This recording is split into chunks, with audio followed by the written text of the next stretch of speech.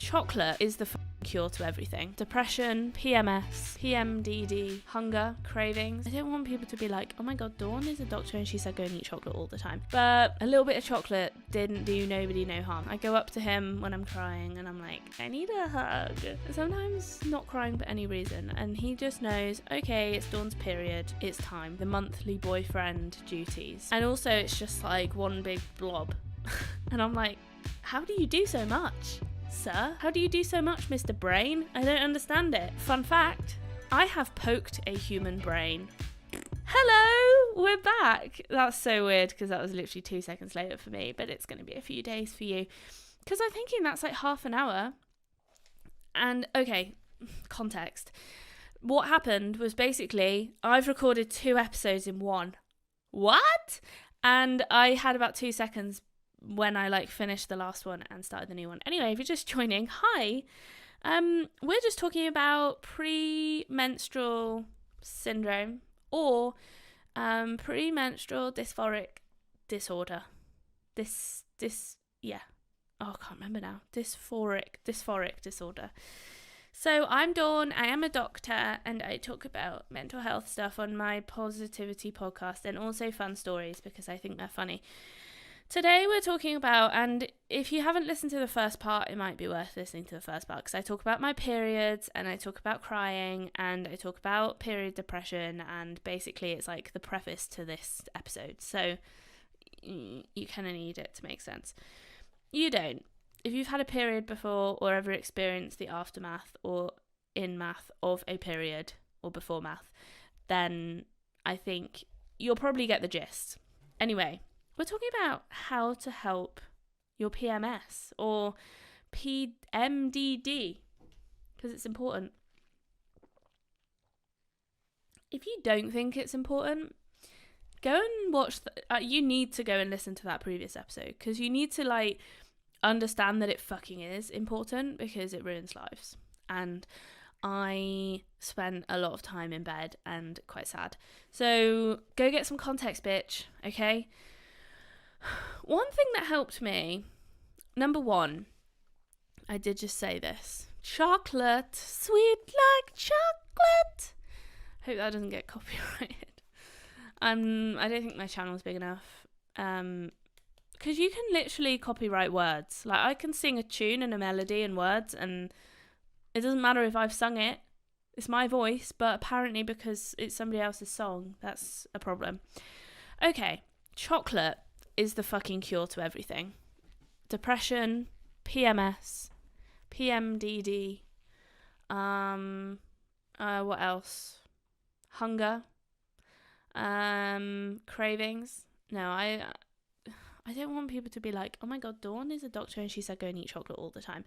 But it does, a little bit of chocolate didn't do nobody no harm. And actually, it's got shit in it that's quite good for you. I have dark chocolate, 70%, and I do sometimes have nuts in it. I've at the moment I've got a dark one with hazelnuts in. It's pretty good. I have like 1 square, maybe 2, once every day or 2. I don't go too crazy. I'm trying not to. I'm trying to be a bit, trying to cut down my chocolate intake. I know that it's my fucking Achilles heel, right? I get it. I'm omitting it, so no one can call me out on that one. But as well as chocolate, now it literally does release endorphins, like it's fucking proven. So there we go. And like I said earlier, as J.K. Rowling would say, well, she didn't say it, she wrote it, but chocolate helps cure the depressed, despair feeling that the Dementors brings. So it basically cures depression. So my next thing is, I don't think we realise how important physical contact is for a human. Sometimes you might not want to talk to people when you're like sad and shit, but I found that I hugged my dog, and I know she's not a human, but I don't care. She basically is to me. She's got a little personality, and I know her like my child. So I picked her up. I was feeling a bit cold, and she was a toasty little cinnamon bun. Like, she was so warm, and I was like, oh my god, I love you. She was so toasty, and I was loving it. So we had a little hug. That made me feel a lot better. Also, I'm fortunate enough to have a boyfriend and someone who puts up with my PMDD, PMS vibes. So that helps. And he looks after me when I'm crying. I go up to him when I'm crying and I'm like, I need a hug. Sometimes not crying for any reason. And he just knows, okay, it's Dawn's period. It's time. It's time to bring out the monthly boyfriend duties, basically. We have a joke that it's like his monthly boyfriend duties because, periods every month. But as discussed in the last episode, my period is not every month, but you'll have to go listen to that one to find out why. So hug something, it fucking releases happy brain chemicals. Like, it literally does. Oxytocin mainly, but nonetheless makes you happy. Now, you could try and hold in those tears, but that ain't gonna help. I like just letting it all out. Watch a fucking sad film and cry. YOLO. Just do it. And it's not like the sadness when you've actually got something to be sad about. And you're like, if this sad thing doesn't go away, then I'm going to be sad forever. Like if your boyfriend breaks up with you or something. Then, that if you just cry when you're on your period or before your period or whatever, you're just like, well, I'll be fine in a bit. Because I'm just crying because I'm on my period, like nothing else. Next, I do find talking, I know this is really fucking sappy, but obviously it's really helpful when your boyfriend or whoever knows you're on your period, right? Just be like, look, it's understandable, people are like, okay, fair enough. That's why she's crying. I'll put up with it. But talking about it does help. Sometimes even just saying, I don't know why I'm crying, but I just am. I don't want to talk to you, but I want you to be there physically. So these next ones are mainly, in fact, no, I'll skip them because those are for PMDD, but we'll get to them in a minute. The next one is, so those ones are like if you have severe PMDD, you go into fucking depression mode. I did have it this time, but I don't have, like I said, periods all the time, so it doesn't affect me every month. So I wouldn't necessarily be like, oh my God, I need to go out and get significant treatment for this syndrome because it doesn't affect me as much as it could some other people. But I do find that exercise helps. It doesn't have to be anything crazy, but like I went for a walk. That was really nice. I fucking loved it. I went swimming with a tampon in, obviously, and loved it. I just love, I'm really loving swimming at the moment, but just being active and just gently active, not jumping around because, cramps, and, you don't have loads of energy, just doing something sedate, something nice and relaxing, maybe some yoga or just some stretches or just some walking, just fucking walking. I walked in the rain. Oh, I'm sorry, I just yawned there, but it is nearly 2 a.m. There we go. As I said, I've been sleeping a lot, and I did sleep quite late today. So apparently, PMS, I don't smoke or vape, but because I don't really get why you would actively cause trauma and damage and cancer to yourself. I don't really get it, but I get it if you want to be cool or whatever, but I just don't understand it, right? So I personally don't smoke or vape, but for people that do, did you know you're probably not going to stop smoking because of this, but maybe you will. Maybe you'll reduce it. It actually increases symptoms of PMS or PMDD. So if you can try and cut down around that time, then maybe you'll feel a bit better. I don't know why, but that's what I found out. Sleeping more, I think if your body needs to rest, just fucking let it rest. Just let it do its thing. Because I just can't function when I'm fucking tired. Honestly, it's like torture.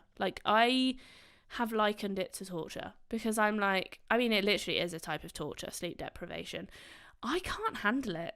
I'm like oh God, it makes me really anxious. I get really fucking grumpy. I get like, it's mainly the anxiety, to be honest. I'm like, oh, I don't feel right. And yeah, I really don't like being sleepy or being sleep deprived. So it is hard. I was like, fuck, I'm sleeping so much. But I was like, I feel like I need to. Like, if I need to, I need to. So I just do it. Next one is specifically eat more carbs and protein. Now, I just sort of eat more of what I want, and because I'm like, okay, that's probably what my body wants, right? So, but I definitely did eat more, given that I'm on Ozempic, which reduces your appetite. I was like, wow, I'm eating so much. I ate more, and I think your body just needs it. I mean, obviously, don't eat to like excess, as in like, oh my God, I'm so full. But if you need more food, then you need more food.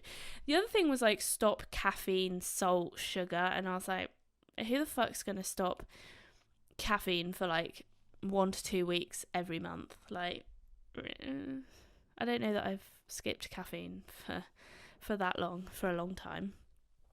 Other things that have been shown to help are, and these are more for PMDD, is now contraception. I'm on contraceptive pill, the progesterone only pill, and it basically stops you from ovulating, which is why I don't really get PMDD symptoms usually. Now, for some reason I came on my period. I don't know why, I didn't miss it, whatever, but something happened. The stars aligned. The blood wanted to exit or something. Who knows? Basically, I find that, and obviously contraception doesn't work for everybody, and if you're trying to get pregnant, obviously it doesn't work. Well, it does work, but you don't want to be on it. But the thing is, if you stop, it can regulate some of your hormones and like stabilize them, but it can also, preventing ovulation does just generally help with PMS symptoms, because it's the ovulation period, literally, that stimulates all of these symptoms apparently. So that can help. Another thing that I found interesting, now I'm already on an antidepressant, an SSRI, I'm on sertraline, but there's some evidence that it does help in PMDD, not for PMS, like when you get the actual depressive symptoms, that's when it helps. But you can take it for like 1 to 2 weeks per month, but personally I would just stay on it. Like, I don't see the point in coming off and going on. That's if it's like really problematic for you. For me, like I said, it's not so bad, but like that is a treatment option, is just like a low dose antidepressant to help take the edge off those symptoms every month. And if it's like really impacting your work or your life and you can't go out and do stuff, then it kind of makes sense to get on top of that, I would say. The other thing is like ibuprofen, naproxen, stuff like that. Oh my God, I can't say the fucking word. Mefenamic acid. They're all like non-steroidal anti-inflammatory medications, and they obviously help with like the pain, the cramping, the headaches, and just reducing some of the like tummy pain that you can get. So I did take some of those because I did have some of the pain, and that obviously being in pain can just contribute to your, like, can make you sad and like a bit moody. So getting on top of pain is also super useful. There are other supplements, you could call them.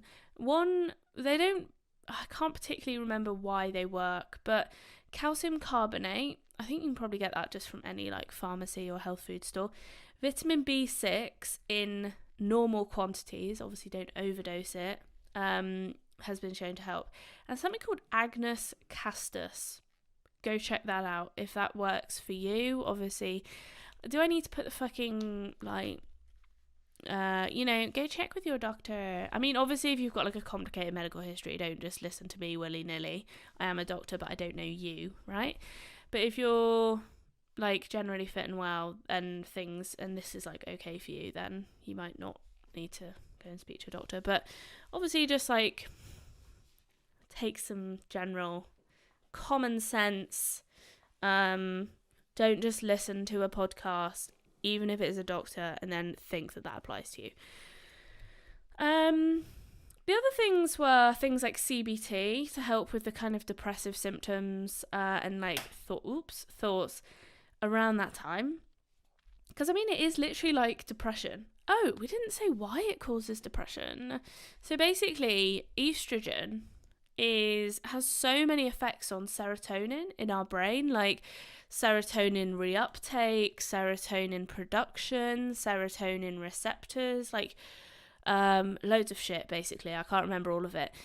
But basically, if your estrogen and things like that are changing or dipping, then your serotonin, the happy chemical in your brain, the neurotransmitter, is also going to be altered or decreased. So it kind of made sense when I looked at it like that. They haven't specifically shown that is the reason, but I it just kind of makes sense, right? But maybe we'll find out fully one day. I mean, the body is such a complicated thing. Like, honestly, I can't fucking believe that I have a degree in this machine, because it's something that we still don't fully understand, but I think it's pretty amazing. And that is honestly why I got into medicine, because I thought, wow, that's pretty cool. This body is literally, I'm just thinking of words, they're coming out of my mouth, and, you understand what I'm saying. And I want to move my hand, I move my hand. I want to get up, I get up. My bowel's just doing its thing. My bladder, it's holding my wee in. My brain, the fucking most amazing organ out there, I think, as well as, I mean, there are other really cool organs, but the human brain is something else, I'm telling you. And also, it's just like one big blob. And I'm like, how do you do so much, sir? How do you do so much, Mr. Brain? I don't understand it. Fun fact, I have poked a human brain. It doesn't make that noise. But fun fact, that's a pretty cool fact. It was like fairly fresh at an autopsy. So there we go.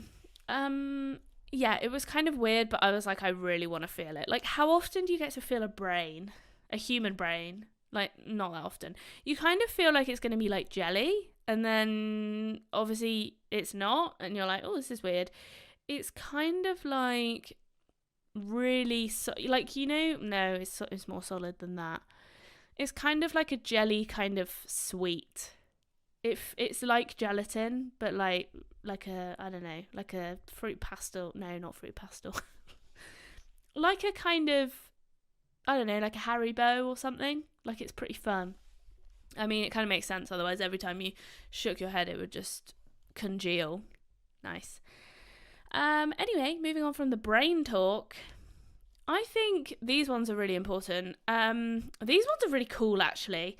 Number one, I've only got 5 minutes left before the camera resets, so I kind of want to get it done in that time. Number one, peer support. Talk to people who have the same issue. Just look online or just speak to people that you know. But there are actual peer support groups for PMDD. Number two, plan your life around it. So if you know when your period is going to be, like, and you can get those apps, or you can just put it on your phone or whatever. Oh, sorry. You can be like, right, I'm not going to plan my wedding, or for instance, during my period or during the times where I get these symptoms.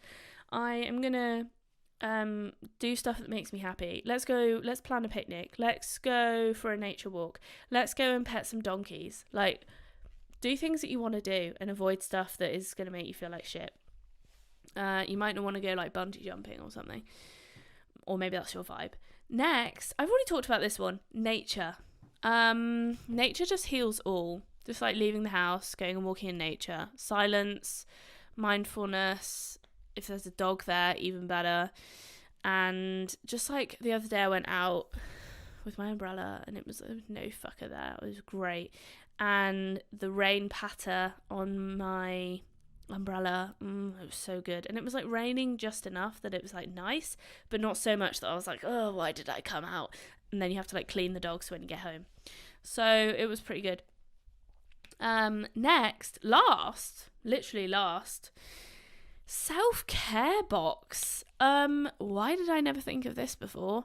I think I might make one, like a depression box. When Dawn's depressed, what does she want? She wants chocolate. She wants a crossword. She wants maybe like a nice fucking book or something. She wants, put some painkillers in there.